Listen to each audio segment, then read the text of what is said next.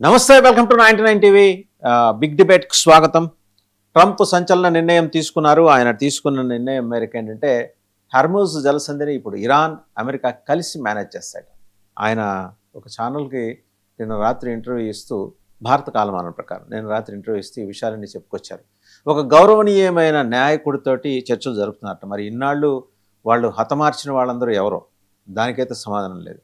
And రెండోది, ఒక hasty decision నుంచి పుట్టుకొచ్చిన ఈ తొందరపాటు నిర్ణయం జరిపిన విధ్వంసంతో అమెరికా ఒక్కసారిగా అతలాకుతలం అయిపోయింది. $200 బిలియన్ ఈరోజు తక్షణ సాయం కోసం కాంగ్రెస్ ముందు ఆయన రెండు చేతులు చాచి అభ్యర్థించే పరిస్థితి ఏర్పడిన తర్వాత pentagon has taken a call and insisted the president to give up the battle for some time at least. దానికి ఒక పాజ్ ఇవ్వమన్నది. యుద్ధం ఆపేసినట్టుగా దీన్ని మనం భావించడానికి వీల్లేదు. అండ్ ఈ డైలాగ్ ఒకవేళ ఫెయిల్ అయితే ఖచ్చితంగా బాంబింగ్ ఉంటుందని కూడా హెచ్చరించాడు. అంటే ఇంత చపల చిత్తంతో మాట్లాడిన అమెరికన్ ప్రెసిడెంట్ ఇంతకుముందు ఎవరు లేరేమో, ఇక ముందు కూడా ఉండబోరేమో. అండ్ ఇరాన్ అవతల నుంచి కవ్వించింది. వాళ్ళ ఐఆర్జీసీ స్పోక్స్ పర్సన్ మాట్లాడుతూ ఈయన తరచూ వాడే డైలాగ్ని ఆయన మీదే సంధించింది. సో ఇరాన్ ఏంటంటే ఎక్కడ తగ్గల. అలాగని ఇరాన్ గెలిచిందని కాదు, అలాగే తగ్గినట్టు కనిపించిన అమెరికా ఓడిపోయినట్టు కాదు. ఓవరాల్గా ఏం జరగబోతోంది అంతర్జాతీయ యవనిక మీద సమగ్రంగా విశ్లేషించడానికి మనతో ఉన్నారు సీనియర్ దౌత్యవేత్త అంబాసిడర్ డాక్టర్ వినోద్ కుమార్ గారు. నమస్తే అంబాసిడర్ వినోద్ గారు. నమస్కారం. దాదాపు 30-40 దేశాల్లో హై కమిషనర్గా, అంబాసిడర్గా మీరు చేశారు. దౌత్య నీతి ఎలా ఉండబోతోంది? ఎందుకంటే ఇది అందరూ ఈ పల్స్ పట్టుకోలేరు. కేవలం దౌత్యవేత్తలకు మాత్రమే అర్థమయ్యే పరిభాషలో నిన్న ట్రంప్ మాట్లాడాడని అనుకుంటున్నారు. మీరేమంటారు? వాసు గారు, ముందుగా మీకు ప్రేక్షకులకు నమస్కారం. మీరు అన్నది కరెక్టే. ఎందుకంటే దౌత్యపరంగా జరిగే ఏ అయితే ఈ డిస్కషన్స్ ఉంటాయో అవన్నీ తెర మీదకి వెంటనే రావు. వెంటనే వచ్చినట్టయితే అది దౌత్యమే కాదు న్యాచురల్గా.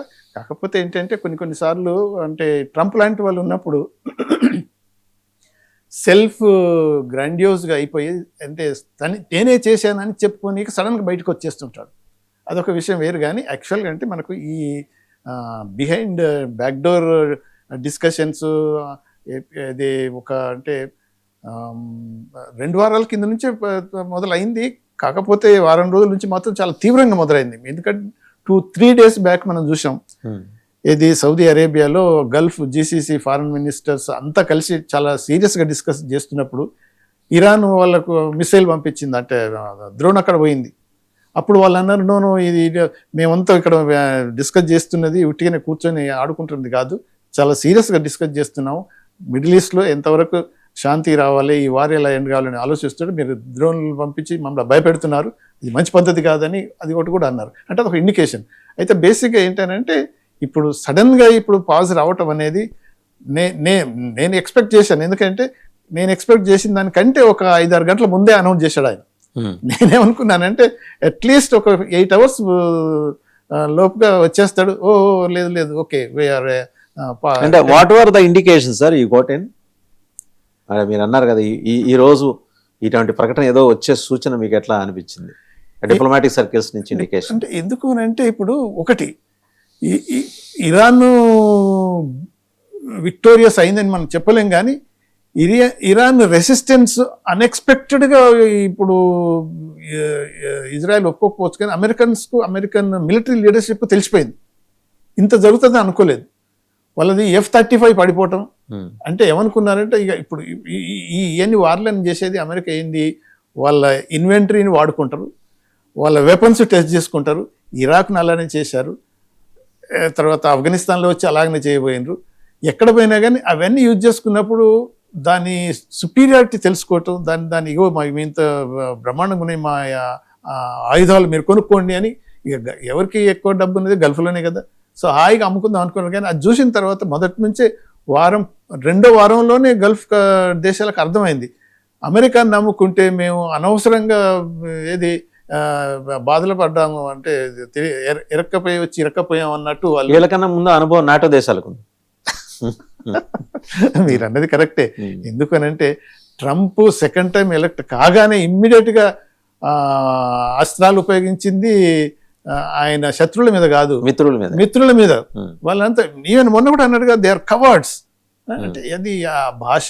తర్వాత ఏది మన జపాన్ ప్రైమ్ మినిస్టర్ పక్కన కూర్చొని ఆ ముఖం ఎర్రబడిపోయింది అతను అన్న మాటకి ఆ రోజు. మరి అంటే ట్రంప్ అనేది ఇంత ఘోరంగా బిహేవ్ చేస్తాడని వీళ్ళు కూడా ఎక్స్పెక్ట్ చేయలేదు. సో ఒక్కొక్కసారి కొంతవరకు ఓకే కొంత కన్సెషన్ ఇస్తారు, కానీ బియాండ్ దట్ ఆయన పోతున్నప్పుడు ఈవెన్ మన యూకే ప్రైమ్ మినిస్టర్ని కూడా I told him to send these or give these and then send the warships. He said I will discuss with my cabinet అంటే ఆయన వాడేంటి క్యాబినెట్ని డిస్కస్ చేసేది, ఆయన prime minister, he could take a decision అంటాడు.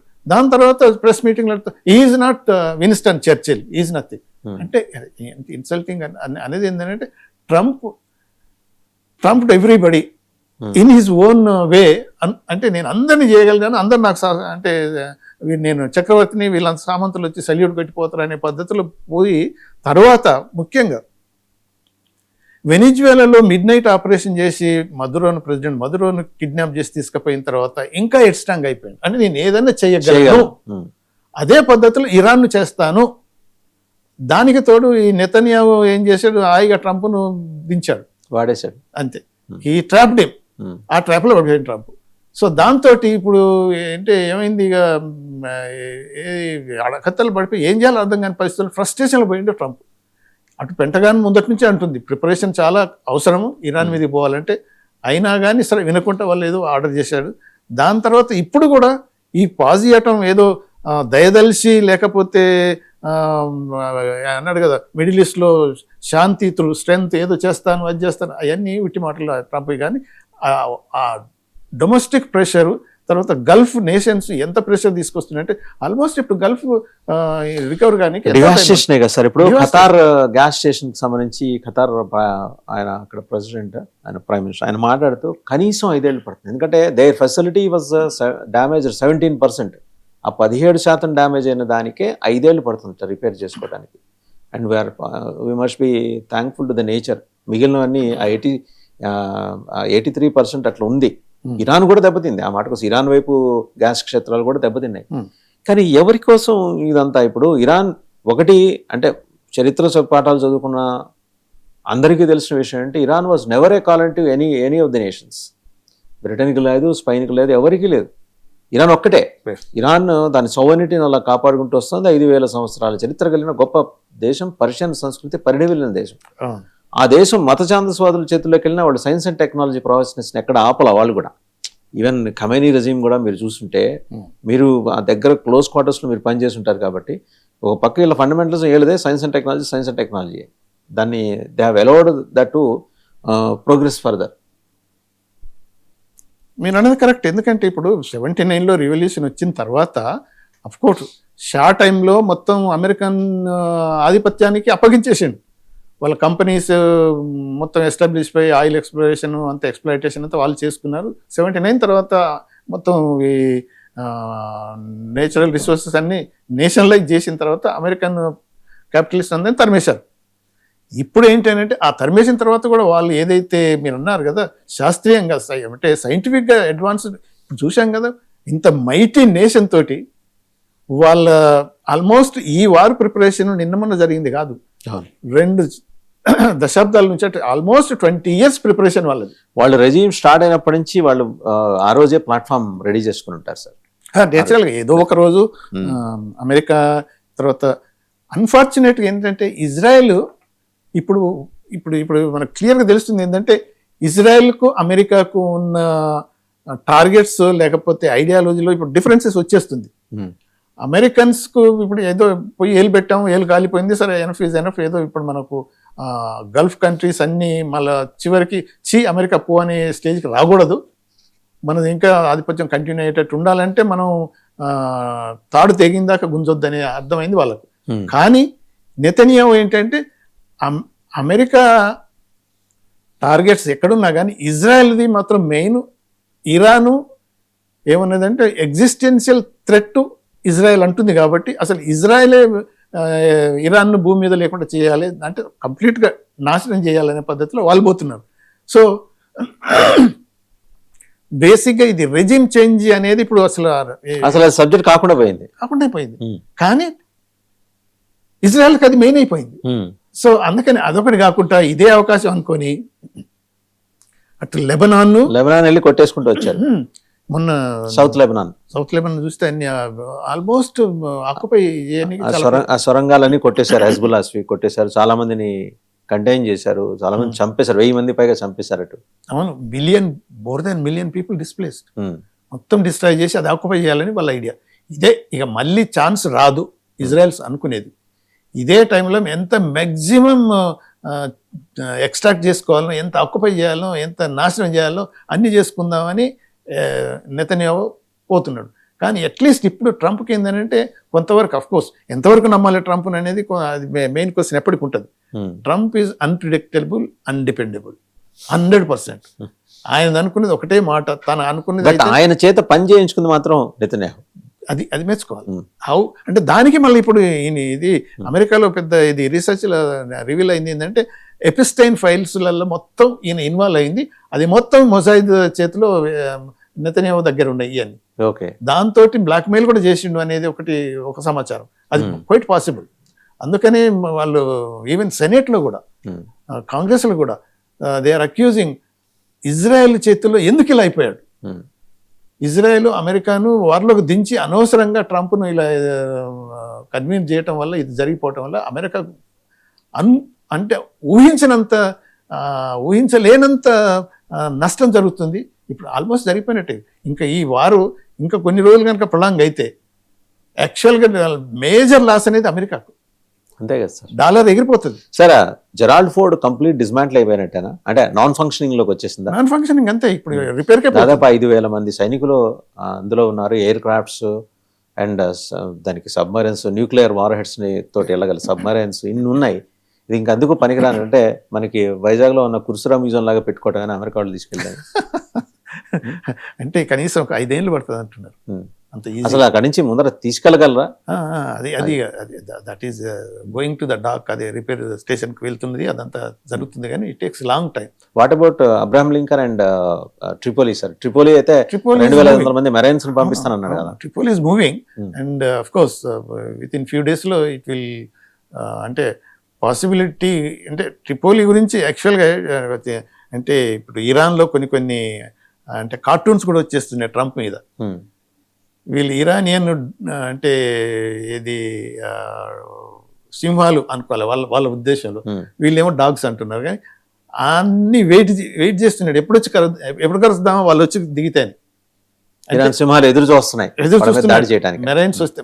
Trump ఏమనుకుంటా, marines are the greatest soldiers on the earth, they can do any damn thing అని ఏదైతే మధురం తీసుకురాగానే అనుకున్నాడు. ఇన్ఫాక్ట్ దే డిడ్ గా సార్, ఒసామా బిన్ లాడెన్ విషయంలో కానీ, అల్ జవేరీ విషయంలో కానీ ఈ నావీ సీల్సే కదా చేసింది మొత్తం ఆపరేషన్ అంతా క్యారీ అవుట్ చేసింది. కరెక్ట్. ఇప్పుడు దే ఆర్ కేపబుల్. పర్సనెస్ ని మనం అండర్ ఎస్టిమేట్ చేయకూడదు. They are capable. బట్ అందుకనే కదా ఇప్పుడు పాజు ఇచ్చింది అనేది. తర్వాత పెంటగాన్ కూడా ఎప్పుడు వార్నింగ్ ఇచ్చేది, we need more preparation, we need more resources అనేది. ఎందుకనంటే ఏదైనా ప్రాపర్గా చేయాలి. నువ్వు నిద్రలేసి ఓకే ఇది కావాలంటే కాదు. ట్రంప్ ఏం అలా చేస్తున్నాడని ఇప్పుడు అంత వాళ్ళ క్లోజ్ ఎయిడ్స్, అడ్వైజర్స్, ఈ మాగా సపోర్టర్స్ ఆల్మోస్ట్ స్ప్లిట్ కాదు, మెజారిటీ అపోజ్ చేస్తున్నారు. అంటే 78% of Americans now they are opposing this American involvement in Iran war. So అందుకని ఏమిటంటే ఈ పాజ్ అనేది ఒకటి కంపల్షన్. ఇది ఏదో కన్సిడరేషన్తో వచ్చింది కాదు, బై కంపల్షన్ ఈ హాజ్ అనౌన్స్. కానీ మీరు అన్నట్టు అండర్ ఎస్టిమేట్ చేయడానికి వీల్లేదు. ఎందుకంటే ఎలాగో ఇరాన్ను కంట్రోల్ చేయాలనేది మాత్రం ట్రంప్ మెదడులో పడ్డది. ఎందుకు అనంటే ఆయిల్, రిసోర్సెస్. ఏదో ఆఫ్రికా పోయి మెదడుని తొలిచేస్తుందా పురుగు, అంతే కదా. ఇప్పుడు ఇరాక్ యుద్ధాలు చేసి ఏది అన్ఫార్చునేట్గా weapons of mass destruction create చేసి దాన్ని ఆక్యుపై చేసి అక్కడ గల్ఫ్ మొత్తంలో జీసీసీ కంట్రీస్ అన్నింటినీ వాళ్ళు ఎలాగో వాళ్ళు అలీస్ చేసుకోవటం అనేది, లేకపోతే ఎలాగో ఆ రిసోర్సెస్ కంట్రోల్ చేస్తున్నారు. $1 కంటిన్యూ అవుతున్నది. ఈ వార్ తర్వాత ఎందుకంటే ఇరాన్ ఈ 5 రోజులే కాదు, ఈ వార్ ఇంకా కొద్దిగా కంటిన్యూ అయితే ఇరాన్కే లాభం వస్తుంది. ఎలాగో మునిగిపోయాం కాబట్టి లెటస్ సీ. నిండా మునిగినోడికి చలేంటి అదే. సో ఎలాగో మళ్ళీ దీనివల్ల మ్యాక్సిమం బెనిఫిట్ పొందేది మళ్ళీ రష్యా, చైనాస్ కాబట్టి, చైనా ఇరాన్కు క్లోజ్ అలీస్ ఫ్రెండ్స్ కాబట్టి ఆటోమేటిక్గా ఇరాన్ వల్ల రీబిల్డింగ్లో కూడా త్వరగానే చేసుకోగలుగుతుంది, కానీ అమెరికాను డౌన్ చేస్తుంది అనేది వాళ్ళ ఫిలాసఫీ. వారు ఎలాగూ నష్టమైంది, ఆ నష్టం అనేది ఏదైతే జరుగుతుందో ఇది మళ్ళీ ఏది పవర్ ఇన్స్టాలేషన్స్ మీద, తర్వాత ఎనర్జీ ఆయిల్ ఫీల్డ్స్ మీద ఏదన్నా జరిగితే ఇరాన్లో, గల్ఫ్ మొత్తంలో ఉన్న ఆయిల్ రిసోర్సెస్, గ్యాస్ రిసోర్సెస్, అన్ని పవర్ రిసోర్సెస్ మొత్తం డిస్మాంటిల్ అయిపోతాయి కదా సార్. ఇప్పుడు డీసాలినేషన్ ప్లాంట్స్ మీద కనుక ఇరాన్ పడితే తాగడానికి నీళ్ళు లేని పరిస్థితి గల్ఫ్ నేషన్స్. బహ్రెయిన్ అయితే 100% బ్యాంక్ అయింది వాటి మీద, డీసాలినేషన్ యూనిట్స్ మీదే. ఇంకోవైపు సార్ చూసారు కదా, Israel Hess launched new strikes on Tehran as Trump passes Iran energy attacks అని చెప్పి టైమ్స్ ఆఫ్ ఇజ్రాయెల్ రిపోర్ట్ చేస్తుంది. వాళ్ళు అంటున్నారు, వాళ్ళ ఐడిఎఫ్ చీఫ్ స్పోక్స్ పర్సన్ ఆయన ఎక్స్లో పోస్ట్ చేశాడు, just began another way of strikes targeting infrastructure with Iranian terror regime across Tehran. వాళ్ళ భాష కూడా చూడండి, ఇరానియన్ టెర్రర్ రెజీమ్. వాళ్ళు దాంట్లో తగ్గట్టు ఆ టెర్మినాలజీ అదే వాడుతున్నారు, టెర్రర్ రెజీమ్. మేము మా పొలిటికల్ లీడర్షిప్ నుంచి ఆదేశాలు వచ్చే వరకు మా దాడులు కొనసాగితే, అండ్ కొత్త ఇది కూడా స్ట్రైక్ కూడా మేము చేయబోతున్నామని. ఇప్పుడు మీరు అన్నది కరెక్ట్. ఏంటంటే ఇప్పుడు ట్రంప్ అనౌన్స్ చేశాడు, ట్రంప్ ఏదో నెతన్యాహును కన్సల్ట్ చేసే మనిషి అయితే కాదు ఈ యూనివర్సిటీ. దాని ప్రకారం నేను అనౌన్స్ చేశాను, వినాలి, వాళ్ళు స్టాప్ చేసుకోవాలి అంటాడు. ఈయన ఏమంటాడంటే, ఓకే మేము ఎనర్జీ మీద, ఎలక్ట్రిసిటీ మీద మేము అటాక్ చేయలేదు, అదర్ టార్గెట్స్ని అటాక్ చేస్తున్నాం, దాన్ని ఆపలేదు అనలేదు కదా అని వీళ్ళొక ఎక్స్క్యూజ్ తీసుకుంటాం. అందుకని ఇప్పుడు ఏంటంటే ఈ అటాక్స్ అనేవి కంప్లీట్గా ఆగకపోవచ్చు, పర్టికులర్లీ అమెరికన్ సైడ్ నుంచి రాకపోయినా ఇజ్రాయెల్ సైడ్ చేస్తుంది. ఇప్పుడు ఇజ్రాయెల్ సైడ్ చేసింది కాబట్టి ఇప్పుడు అమెరికన్ ఇజ్రాయెల్ అనేది తేడా లేదు ఇరాన్కు, ఇద్దరు ఒకటే, వాళ్ళకి ఇద్దరు కలిసి అటాక్ చేశారు, ఎవరు చేసినా చేసినట్టే. సో దానివల్ల ఇది ఏదైతే పాజ్లో వచ్చి తర్వాత ఒక విధమైన అంటే యూఫోరియా డెవలప్ అయింది కదా, దాన్ని ఇజ్రాయెల్ స్పాయిల్ చేయొచ్చు, చేయని కూడా ప్రయత్నం చేస్తుంది. బట్ ఒకవేళ అది మొన్న అన్నాడు కదా, ఆ పారస్, అది ఇరాన్ సౌత్ పారస్ మీద దాడి జరిపినప్పుడు ఇరాన్ ఇజ్రాయెల్ అంటే ఈ న్యూ ప్రటీ వెల్ సార్, అంటే నెతన్యాహుకు ఖచ్చితంగా తెలుసు ఆ సౌత్ పారస్ మీద తను కొడితే ఇరాన్ వెళ్ళి గల్ఫ్ను కొడుతుందని, అది తెలిసే చేశాడు ఖతార్ని కొట్టడం. ఖతార్ ఒక్కసారి ఇలాగా అతలాకుతలం అయిపోయింది. ఇప్పుడు అదే కదా, ఇప్పుడు గల్ఫ్ కంట్రీస్ ఇరాన్ హెజిమోన్ని ఒప్పుకోవు, they don't like. But at the same time Israel strong అయిపోయి డామినేట్ వాళ్ళని చేయడానికి వాళ్ళు అసలు ఒప్పుకోరు. సో అడకత్తలు ఉన్నారు వాళ్ళు. సో అందుకని అమెరికాని పెట్టుకొని మంచిగా మేనేజ్ చేయి బాబు, మేము హాయిగా బిజినెస్ చేసుకుంటాము, డబ్బులు సంపాదించుకుంటాము, నీకు కూడా ఇచ్చేస్తాం, నీ డాలర్ ఇలా అయిపోతుంది, F-35 కొనుక్కుంటాం అని ఇంతకాలం అనుకుని ఏంటంటే వీఆర్ 100% సేఫ్ అనుకున్నారు వాళ్ళు. కానీ ఇరాన్ దాడికి ఇప్పుడు తట్టుకోలేక, లేదు ఇది అంత ఏది ఇరాన్ దాడికి అంత దూరం ఎందుకు, ఇజ్రాయెల్ ఐరన్ డోము, లేకపోతే డేవిడ్ స్లింగ్, లేకపోతే అబ్రామ్, అదే ఎన్నో 3 లేయర్ ప్రొటెక్షన్ సిస్టమ్స్ ఉన్నాయి, ఫిల్టర్స్ ఉన్నాయి, ఏమవుతుంది వీళ్ళ మిసైల్స్. అంటే there is another narrative sir, ఇంకా టూ నెరేటివ్స్ బయట మార్కెట్లో ఎమర్జ్ అవుతున్నాయి. ఏంటంటే Netanyahu purposefully wanted that attack to happen on Israel cities to further escalate the war.